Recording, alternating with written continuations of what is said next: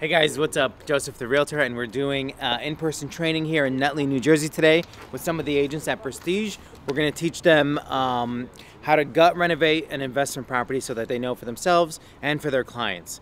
If you're a realtor watching this and your office is not doing trainings like this in person with the owner who has gutted properties and has experience, I want you to join the office. I want you to reach out to me and call me so that you can learn and grow with us, double your business, double your knowledge. I look forward to hearing from you, but for now, let's check this training out.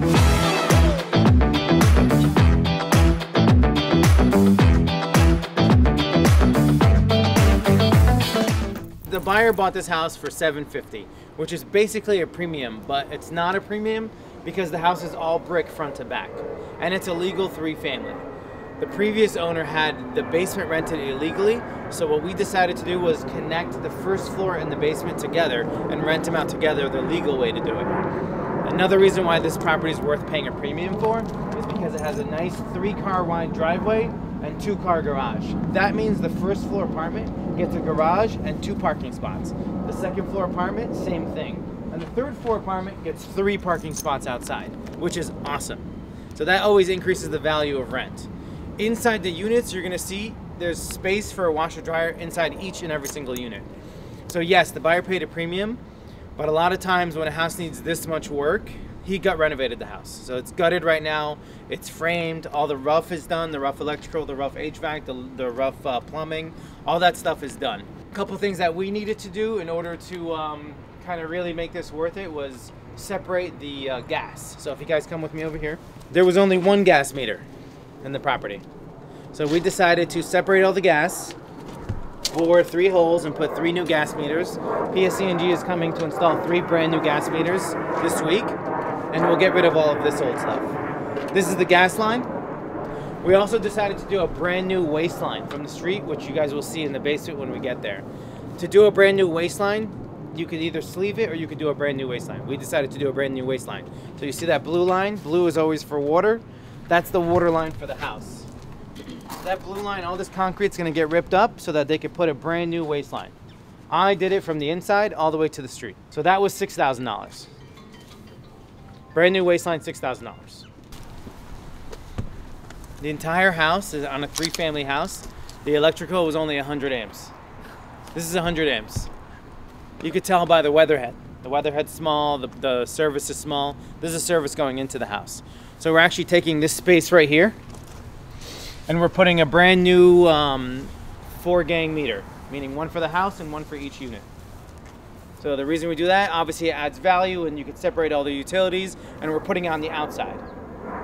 We also, by doing this, since everything's brand new, we move the panels to inside each apartment. So the house meter's in the basement, the first floor panel's in the first floor apartment, second floor, and vice versa. So you have a 100 amp panel in each apartment and a 100 amp panel in the house meter, and the whole service gets 200 amps. And it gets used as it's being used. So the first floor apartment is gonna be 3 bedrooms, 2 full bathrooms.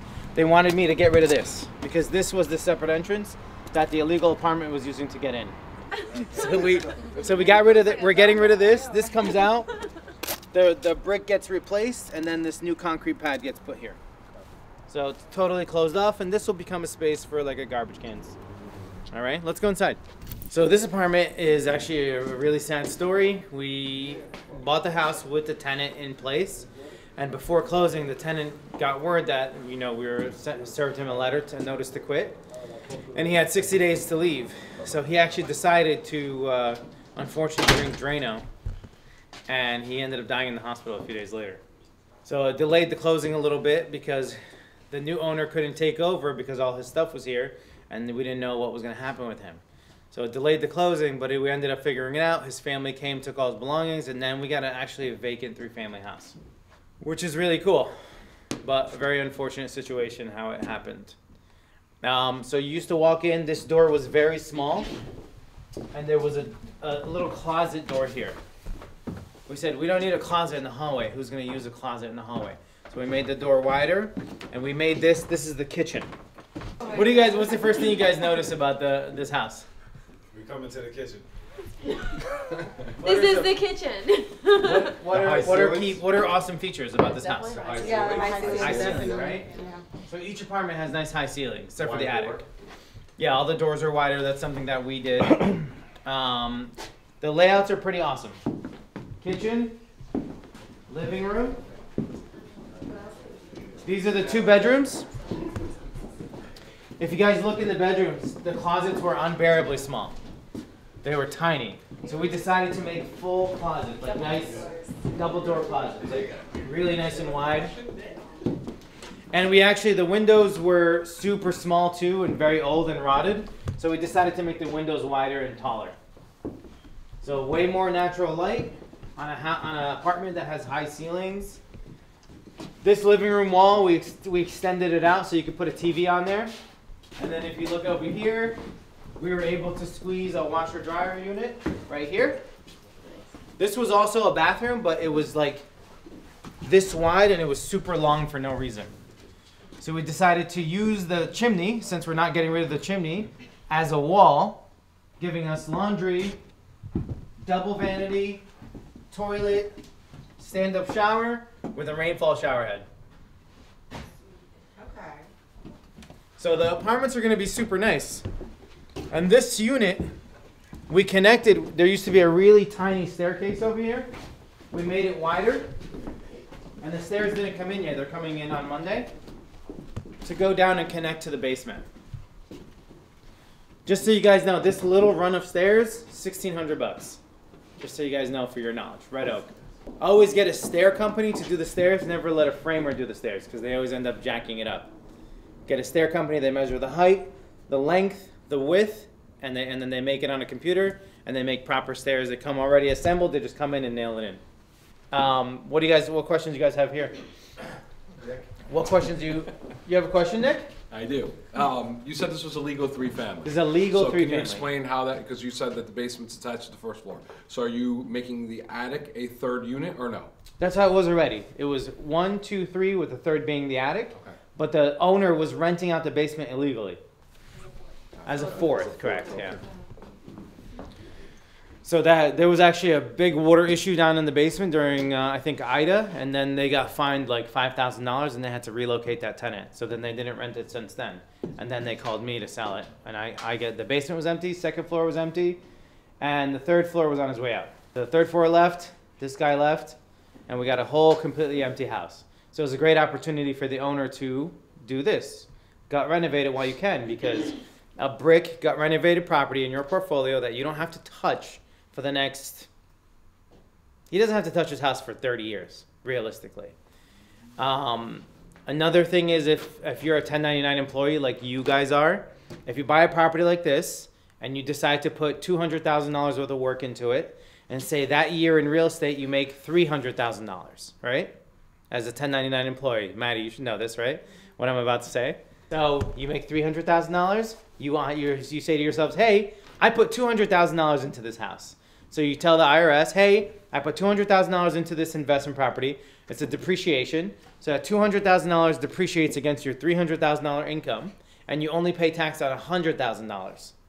But the beauty of that is, when you go apply for a mortgage, you're qualified as if you have a $300,000 income, because they add that $200,000 back on your Schedule C. Correct me if I'm wrong.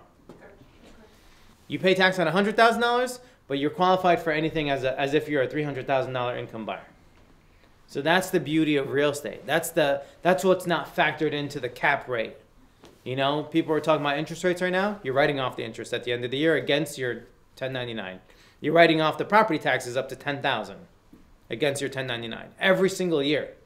Every single year, guys. So the property appreciates 1 to 2%. You're writing off $10,000 in taxes. You're writing off the interest, the mortgage interest, against your income every single year. So owning property not only helps you build your portfolio and appreciation of asset, but it also helps offset your income so that you could buy more real estate. It really takes 1 or 2 good properties to get started, and after that, it becomes like a spiral effect. Because the first 2 properties to buy real estate, you guys got to pay a lot in taxes to show income. Because as a 1099 employee, if you want to show $200,000, $300,000 in income, you got to pay taxes on that hard. And that's a lot of fucking money. I would say 2 properties. Buy 2 properties under your belt, pay the taxes, do what you need to do to make it happen, and then from that year onward, you won't pay the taxes. You'll be using the tax money as down payment for new properties. That's the way to keep going. 1 or 2 solid fucking properties, especially with this new loan that came out, that 5% conventional loan on a 4-unit, no income limit, no self-sufficiency. You guys should be taking advantage of that. So please, I hope somebody buys a 4-unit. It has to be your first property, you have to live in it. That's the only clause. I noticed that you saved a lot of the old beams, so you were able to save a lot. So that means this place was in pretty good shape when you, it wasn't, but some beams don't make sense to change. I mean, the ceilings were pretty high as it is, so we didn't have to like raise ceilings. None of the wood was rotted. You know, the only issue that we ran into was like, these are 2x4s, not even. These are 4 feet, 4 inches. Yeah, they are. A lot of the wood was totally fine, but you could see the staining. But it's fine. It's totally fine. Changing the windows, the new roof, all that stuff is gonna save this old stuff. There was a lot that was not level. That's why it's important to hire a good framer. When we decided to do this house, we kind of started to do it without a GC, but then this project kind of spiraled into like a full gut renovation. So when we got an architect involved, and we said, hey, listen, we need to open this up, we need to change all this, and I need you to be detailed with how many ceiling fans are going in, how many light fixtures are going in, where's the plumbing. If you guys hire a cheap architect, right, $1,000 to $3,000, that's cheap for an architect. A proper architect is going to charge you $6,000 to $12,000.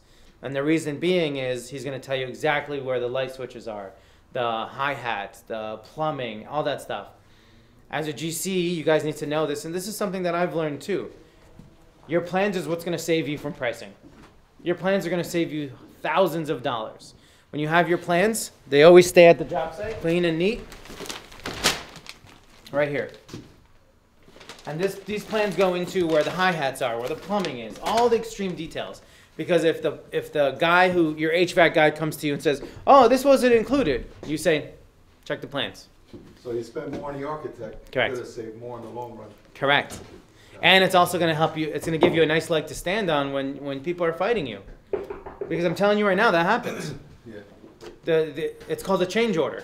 Oh! Put your coffee away now. So one of the agents just asked, are you sure you want to bring up the fact that the first floor tenant drank Drano? Because you guys need to learn to detach when it comes to buying real estate.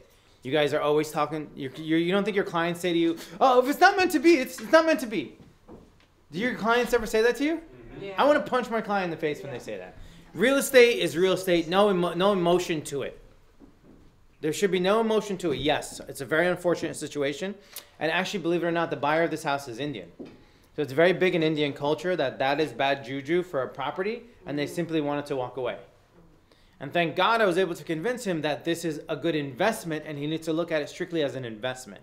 If this was maybe like a single family house where like that happened, I personally would walk away. That's just me personally. But this is an investment. You guys need to detach, and your clients need to detach too. It happens, shit happens, tenants pay late, people get into arguments, contractors try to fuck you. This is real estate, this is investing. That's just how it is. So, Jen, the biggest takeaway I wanted to bring up on this is I was talking about the plans, which need to stay at the house whenever you're renovating. Hire a detailed, expensive architect because he's going to go into details about hi-hats and plumbing and all this stuff, because it'll have window schedule, everything on there, extreme details. Proper plans take hours to do. And that's after you finalize the floor plan and everything. But the biggest takeaway is having solid plans will protect you from contractors and change orders. Because if a plumber says, oh, this wasn't there or that wasn't there, you could say, nope, it's on the plans, buddy, that's the price you quoted me, and I'm not paying $1 difference. I know contractors that give a cheap price to get the job and then do a ton of change orders. Hey, there's a change order. Oh, this switch is 3 switches, not 4. And you're like, what the fuck? Yeah. But if that's on the plan, they can't argue it. You're like, what the fuck? I didn't even know what that was. Joe, now was this all the walls? They were plaster? Yes. The walls were plaster and wire mesh. Yeah. Wire mesh. That's all. Not just lath, wire mesh, which is fucking brutal. It was like 6 dumpsters of just walls. What was the demo cost total? The demo cost was originally $10,000, but during midway through the job, it jumped up to $15,000 because of the amount of dumpsters and the amount of labor. It actually ended up taking an additional week of labor. Quoted me 2 weeks to get it done. It took 3 weeks. Wow. That's not, no. How many dumpsters? 6 additional, so Oh my god. I lost track, honestly. I have to count it up. It's over 15. Yeah, they're the same size as that. That's a 40. So that's the last dumpster for now, thank God. The driveway's getting done before the weather gets bad. Like 16. 16? 6 extra ones from what we originally quoted. Yeah. And we just did a full cleanup in here because once you finish the rough, this is rough HVAC, rough electrical, rough plumbing. Once the rough is done, you do a nice full cleanup and you do all your inspections. Permit stickers in the window so the town knows. And then once you pass your rough, those are supposed to be in the window too. We passed plumbing and electrical so far. We need to do framing. From the other trainings, what else do we need to do, guys? There is no rough inspections for HVAC. But normally, that's a good answer. Fire and fire, yes. What is it? Is it fire section? Fire? Yeah. Fire rating, fire. Well, you can have the Insulation. insulation when you get to that point. The framing. Correct. Framing. Framing inspection, and part of the framing inspection is called something called fire stop. Hey, there he is. Nachum. Why are you late? No, Why are you he late, actually Dan? texted me. He actually texted me. All right, now zoom in on. Zoom in on. Oh, so wait, why is coffee bad for you? Yeah, too much sugar, bro. What if you won't put sugar in it? Yeah. There's no sugar in this, bro. Framing inspection includes fire stop inspection. Now, can you insulate before a framing inspection? No, Why? because you have to make sure all of the holes or gaps are sealed with fire stop. Mm-hmm. Correct. So framing inspection includes fire stop, and then once you pass framing, once you pass electrical, once you pass plumbing, then you can Insulate. insulate the house. Now, once you pass insulation inspection, Sheetrock. sheetrock, beautiful, and then you finish the house. And when's the next inspection? No inspection, so that your taxes don't go up. You don't even call them back in here. No, I'm kidding. I was about to say, what? On your personal home, you can do that. Down. Hey. It's okay. It's true. I know a guy who got away with the incomplete house for like 5 years. His taxes never went up. And then they were like, "Hey, you got all these permits open." Oh my god. Joe, what happens if you do something without getting a permit? You get fucking railed. Well, The town will ream you out. They so we got caught without. This is so annoying, but we did a demolition in this house. I went to the town. I said, "Hey, do I need a permit for demo? I'm getting a dumpster." They said, "As long as the dumpster's in the driveway, you're fine. You don't need a permit." I said, "Okay." We started the demo, dumpster in the driveway. The same day they came and they're like, "Hey, what are you doing? You can't work without permits." I'm like, "What the fuck?" And the guy's like, "That's inaccurate information. You should have made sure." And they gave me a $10,000 fine. And we negotiated down to 4. And they were trying to make me pay it before I picked up the permits for this house. So the permits for this house were like $2,200, right? For all the permits. They wanted me to pay the 4. I said, "Hey, can I pay the 4 at the end?" They were like, "Okay." So my goal is to pass all inspections and then negotiate it down to like 2. But try fighting a town. You're never going to win. Guys, whenever you have a multifamily house and you have stairs and there's windows either in the stairs or in the bathroom showers, you need, what kind of windows do they have to be? Tempered glass. They have to be tempered glass. Why?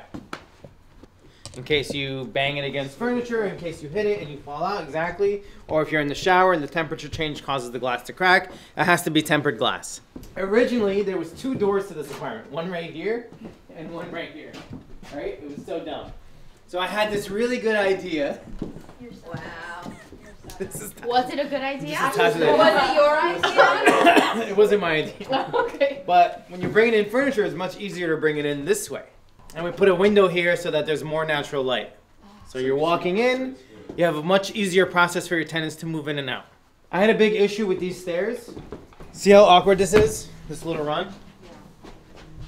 So, because this is an old house, this is how they used to do stairs.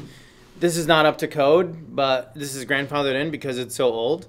But I actually had 3 different stair companies come out here to try to remeasure and rework these stairs, and all 3 of them didn't call me back. That's the biggest fuck you ever.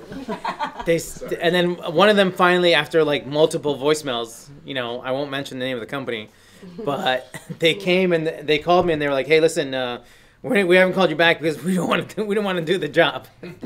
So these stairs I had to keep because they're just so awkward and tight and weird, and nobody likes to make stairs like this. I will wrap this in a really nice carpet, this whole hallway, when I'm done, so you won't really notice how old they are. But I just wanted to point that out when you're renovating a house in a 3-family house, and I'm sure you guys have been in showings where you're walking into the 3rd floor apartment, it's so tight. Yeah. Keep in mind that tell your clients that's not something they can change. Oh, it's not. No. Why? Ask you. Why not? Because there's no room. Unless you take out this entire hallway and you make this living room smaller, but it's just too small. Okay. So panels in here, obviously. See how it's nice and labeled? Actually, my electrician, he has really bad English, so he usually labels it wrong. So I actually had somebody else do it, write it in. So nothing in the basement. Everybody's got their own panel. Everybody's got their own panel. The house meter's in the basement. Yeah. Because it was a 3-family house, this was a washer-dryer room. But I really like the layout of the laundry over there next to the bathroom. So we said, why not put the utilities up here so that nobody has to bother anybody, God forbid anything goes wrong, or if there's a repair that needs to be made. Throw the utilities in the room. This is the tankless hot water heater, and we put an Amana system in here. We splurged a little bit. It's worth a little bit more, but it's better quality. How do you feel about the tankless as opposed to? I like the tankless. Honestly, I could have done a tanked hot water heater, but I didn't really. I wanted to conserve on space. So. How much is it to do like go tank? 2,500 to 3,500. Well, a regular tank is 900 to 1,000 or 1,200, but tankless will last much longer. When you're doing design of a kitchen, these windows were super low here for some reason, and this was a weird kitchen. The kitchen was against this wall, and that's it. There was nothing else. So obviously, in a newer modern apartment, you want a better quality kitchen with a dishwasher. That's how you get quality tenants, guys. Right. Every tenant wants what? Dishwasher, dryer. Parking. Central air, parking. If you have a good floor plan, central air, dishwasher, washer dryer in unit, central air, and parking, you will always be able to rent that apartment for top dollar. Always. Your vacancy rate will be significantly low. And the quality of your tenant will be much better too. Meaning better credit, better income, the whole 9. Just overall better tenant. So as you can tell, the ceilings get a little bit shorter, but still very high ceilings. When you have your plumbers and electricians running their wires and their lines, make sure they're not cutting and notching the beams. They're drilling minimal holes. You see how neat the work is here? Yeah. So if you notice the difference, usually work is not this neat. These are contractors that I've found over the years, and weeded them out. These are the contractors I give my clients. These are the contractors that them doing a good job makes me look good. When we're doing the kitchen layout, we noticed that this window was too low. So we actually got a smaller window when we ordered the windows here. It's always good to know the layout of the kitchen before you order your windows because it's going to affect situations like this. In a house like this, everything is like a domino effect. One thing will affect another thing. The plumber will affect the HVAC where he runs his lines. I'll explain about the HVAC when we get upstairs, but over here we had to raise this window and make it smaller because our countertop is right here. So how are we going to put a window this low when the countertop's right here? Right. This is the sink. I always like to target sink under the window with the dishwasher underneath. So this is your dishwasher. Over here, this is the line for the dishwasher. Fridge in the corner. And basically same thing. Preference? How much would you rent this for? What do you think it's worth? That's a great answer. Why? Because full location, I think, and it's fully renovated. If you're talking to a client and your client's like, "Hey, Maddie, what do you think I can get in rent here?" You don't say 27 or 22 or 20. You range it. You range it because you don't know what the market's going to be like when they finish. Maybe they finish in the summer when people prefer to move. Right. Maybe they finish in January when nobody's moving. You know, so give it a nice range when you talk to your clients. Magda, you were saying? Your preference between using for plumbing the regular copper or the hex? Hex. Hex. PEX. PEX is the new thing. I've accepted it. Another thing is framing. Right. When you get the framing price quote, make sure your HVAC line is done. So what I learned in this house is I had a really hard time with this whole run right here. You see this? This is the airflow. When you're submitting all your plans, right? You're submitting your plans, and in those plans you're going to submit not just the HVAC contractor, how many units, how many BTUs the units are, but they're super specific with airflow. They want to know exactly the airflow of the unit and if each room is getting enough heat, etc., etc. Does anybody know what that's called? It's called a manual J. Has to be done on a computer, and it takes about a week. So when the guy came to run the ductwork here, he was to run ductwork for this room against this beam. But how do you can't cut all these beams to bring the main ductwork from the unit to the unit over there? That's what cranks the heat, and it pushes it up, and it brings it around to the entire apartment. So now he had to drop this down to make it in, to make it work. But the framer is like, oh, this wasn't part of the job, which it wasn't. So that was my mistake. But luckily I hired a framer that I have experience with, and he boxed all this out for me for free after the fact, after the framing was already done. So like there's a lot of mistakes that you make even when you're GCing a project because every single house is different, you know, everything's situational. So I would say like when you have your floor plans, your architectural plans, make sure you know exactly where the ductwork is going, especially in an older house. Because when they built older homes, they didn't think about ductwork. Everything was radiant heat. So you have all the beams running this way. I came over here, you know the problem is too?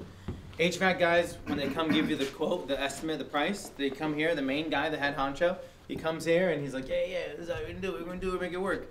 And then the installer, the guy who's gonna cut all this aluminum and insulate it and all that, who's gonna build this, is gonna come here and say, what the fuck? I can't get anywhere here.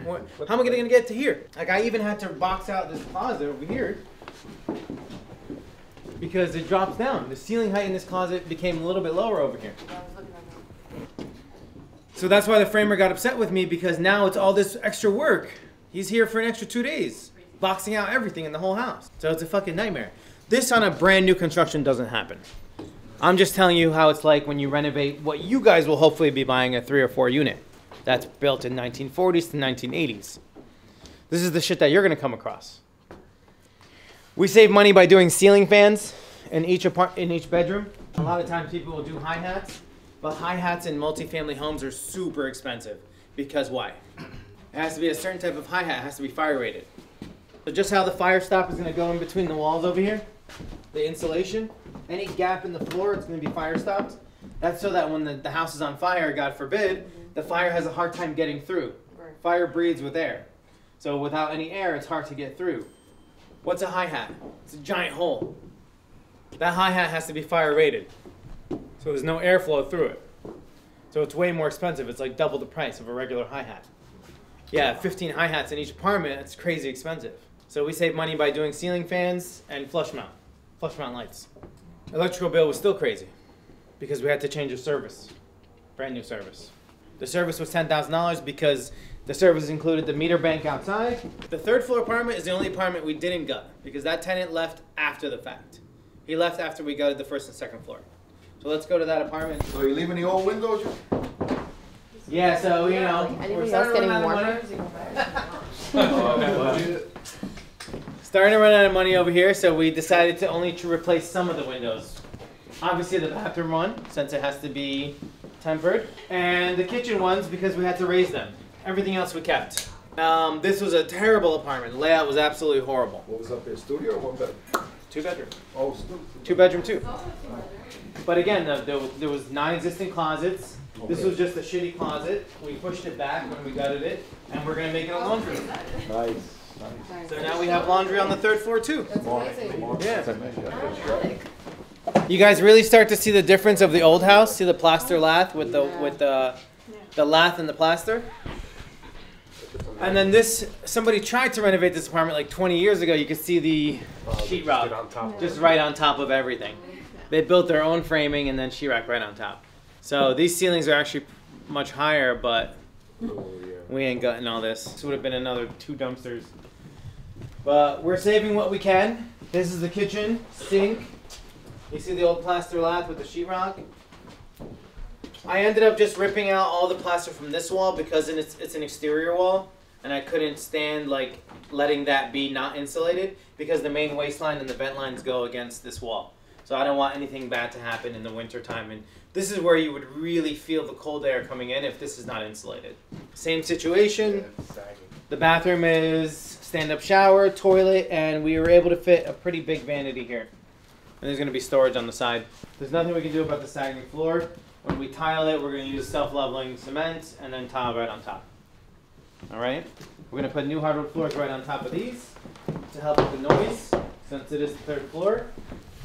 And the ductwork, everything for the unit is in the attic. We threw everything up in the attic. It's a full attic. It's an attic, Yeah. So follow this roof line right here, right? Guys, how old is the roof? Is the roof new or old? How do you know? Because the plywood. Because the plywood. Nice, dude. Yeah, so when you're looking at a house with your client and they're like, you know, this roof, when it was replaced, had probably a very old, really bad roof. And it was probably so bad that the wood underneath was rotten. So that's why you have all new plywood here.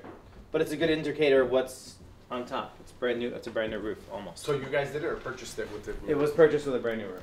Thank God. One less thing to worry about. All right, let's finish off. Where's there? Let's finish off in the basement, guys. This is the old electrical. Put in new electrical, new sewer lines, stuff like that. Whichever town it's in, do they cover any? Like if you're Every running town with is different, but in Nutley, you're responsible up into the street, up into the very sidewalk. okay. So, brand new. So we'll get to the waistline. First thing I want to God bless you. Bless you. First thing I want to cover is the electrical. Bless you. All right, that's enough. Now, look how rinky-dink this electrical is. These are the panels, right? And these are the meters. We did a new meter tower, meaning it has 1, 2, 3. There's no house meter here because it's so old. This is all super old. So this is getting moved outside into a meter tower. And in that meter tower, you'll have 1, 2, 3 with a house meter, and they'll be able to read it without coming inside the house. This is all getting ripped up, and the framing will continue, and this will just be a corner wall, and we're going to obviously frame out for this waistline, right? This is a toilet, I think. We made the windows a little bit bigger down here, which is nice. We did all new gas lines. These gas lines were in the middle of this basement. It was like the most rinky-dink, disgusting basement. We moved the lolly column over to support this main beam right here. And it allowed us to put a brand new set of stairs here and make this all storage. This is the waistline for the house right here. See how old it is? Disgusting. So this is the waistline for the house, all new PVC. But see how it's connected to the old thing? A lot of homeowners, a lot of flippers, a lot of investors, they just do that. This is like the most important part. All of this is important, but this is the most important part. So digging out all this all the way to the street or sleeving it to the street is the right way to do it. I didn't want to sleeve it. We did all brand new, $6,000. That's the right way to do it. Because you can have a gorgeous 3 brand new apartments. 2 weeks after you rent them out, you're going to get a fucking phone call. Clog, leak, backup. You're going to fuck up your whole basement. So this $6,000 investment is going to make you headache free for the next 30 years plus. So it's very important that you look into this. Waistline is going to be brand new from the town. The water department comes and puts a brand new meter. So we'll do the whole new thing, and they'll do the meter. So that'll be new. I believe that's lead. No good. All right. There was no bathroom down here, but by getting rid of that illegal entrance and making it part of the first floor, we were able to get a bathroom over here approved. So if you guys look at this bathroom, why did they dig it up? So the toilet has to have a trap. The shower has to have a trap. You guys know what a trap is? It's like that little cut right here. You could see it more. Put a picture of a trap in the video so you guys can see. But it has to go down and then up. So by doing that, you ever go into a house and you walk in and in the basement there's a bathroom and you step up into the bathroom? That's because they didn't want to do this. Dig down. Dig down, yeah. Because this is annoying. You have to dig it down. You have to get rid of. This was a lot of dirt. I know it doesn't look like we dug up much, but it was filling that room. To like take all that out in a dumpster, and then put all new PVC. And then the town comes and inspects this to make sure it's done, and then you backfill it and cement it up. That's why I met the mason this morning. So this is going to be part of the driveway. When he does the driveway, he's going to fill this up, and this will be nice and level. And now we can put the sheetrock and finishing touches. And that's pretty much it for this house. This is a third bedroom. The reason this is a third bedroom is because we have just enough ceiling height. We have 7. So this is a third bedroom. There's a Bilco door. We put the utilities here because the Bilco door is right there. So down the line, if anything goes wrong with the utilities, they can just open up the Bilco door and change it out without bothering the tenant. Yeah. The stairs that you guys were scared to walk on are actually supported by this column. This is a brand new column.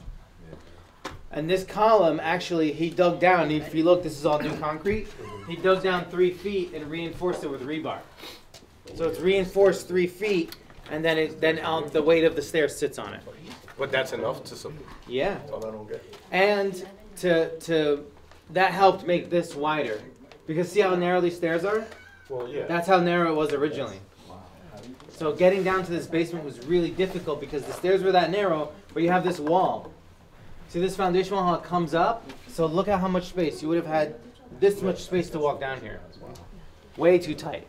But this Especially if wasn't you're here? going to connect it to the first floor. That wasn't there before? No, this wasn't here. There was another column over there. And then this beam just went all the way. This house was built pre-1900. No, I'm sorry, 1920. And the rent roll will hopefully be down here, $3,750. Upstairs, $2,500, $2,750, give or take. And then the third floor, I'm thinking like $2,500. Somebody wants the apartment. That's right. How bad you want it? Yeah. So, but each apartment, central area, laundry and unit, There's laundry out parking. there. There's 2 good. It's everything you need, and it's brand fucking new. 23. And we're doing hardwood floors. We're doing like a nice job. All right, so they bought it for $750, right? I mean, $40K alone electric. I mean, I'm Just He says 258. $250, So $1 million. right? So $1 million. You were talking. So explain to me how this house is going to be profitable, or at least break even. So the owner of this property, also 1099 like us. Yep. And when you're putting money into real estate as a were you here for my No. spiel upstairs? Yes, the depreciable taxes, asset. yeah. Depreciable asset. So you're writing it off, right? So all the money that you're putting into the house, you're writing it off, and the rental income will be, somebody added up, it'll be like $9,000. So $1 million, 9,000. Dude, there's stuff selling for 900, 950 that needs to be gutted, Yep. And you're making 4. and you're making a 5% cap if you're lucky.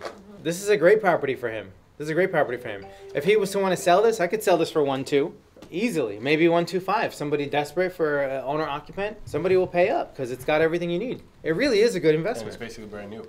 Time frame? We closed on this, I believe, in July. August, September, October, November. We're in November right now. Started the renovations right away. Yeah, pretty much. And this is all you guys. When do you anticipate it to be done? All right, so right now, electrical inspection is, no, I'm sorry. Framing inspection is set for out. So you can't pass framing without stairs down here, obviously. So I've been delayed with the stairs. So once the stairs come in, I'll do the framing inspection with the fire stop. And then after that, sheetrock and close everything up. I already ordered the cabinets. That's the beauty of having a garage. You can put everything in the garage. Okay. You know, keep it on storage. All the plumbing fixtures, everything's already here in the garage. I would say from once the house is sheetrocked, another month. So hopefully before the new year. So down here is actually where I spent money on hi-hats. Where are they? It's too low to put flush mounts or ceiling fans, so we're doing hi-hats down here. Yeah, so again, another thing with the HVAC, I want to talk about this because the only way to really bring HVAC to this house, I mean, it sucks that this big thing is here, but it was the only way. I'd rather get $1,000 more in rent and have this as a usable space for the first floor than do an illegal apartment. Because what are you going to get for an illegal apartment? $1,500 bucks? $1,500, and then you run the risk of insurance not covering you. God forbid something happens. You paying all the money back to the tenant, paying their relocation. It's not worth it. I'd much rather rent this out as a 3-bedroom, 2-bath with 2 stories, a duplex apartment. It's worth way more money monthly. What kind of foundation is this? You tell me. Cinder block. 1920. No, this is not cinder block, guys. This is poured concrete. That's what I said. Poured concrete. Yeah. Yeah. That's what I said. This is literally concrete. You can see it's incomplete. This is old school poured concrete. What do you think of this foundation? What do I think of this foundation? This foundation is better than new construction nowadays. Exactly. Yeah. Yeah. Older the better. They don't build. This house is fucking solid. Look This at is- how thick it's. Why do you say?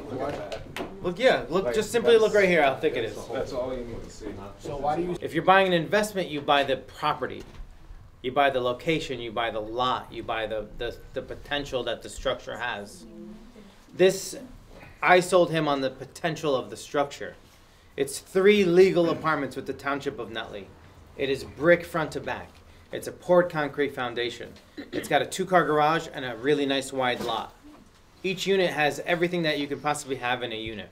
That's what makes this a good investment. Have you guys seen the Nutley market? What a 2-family is?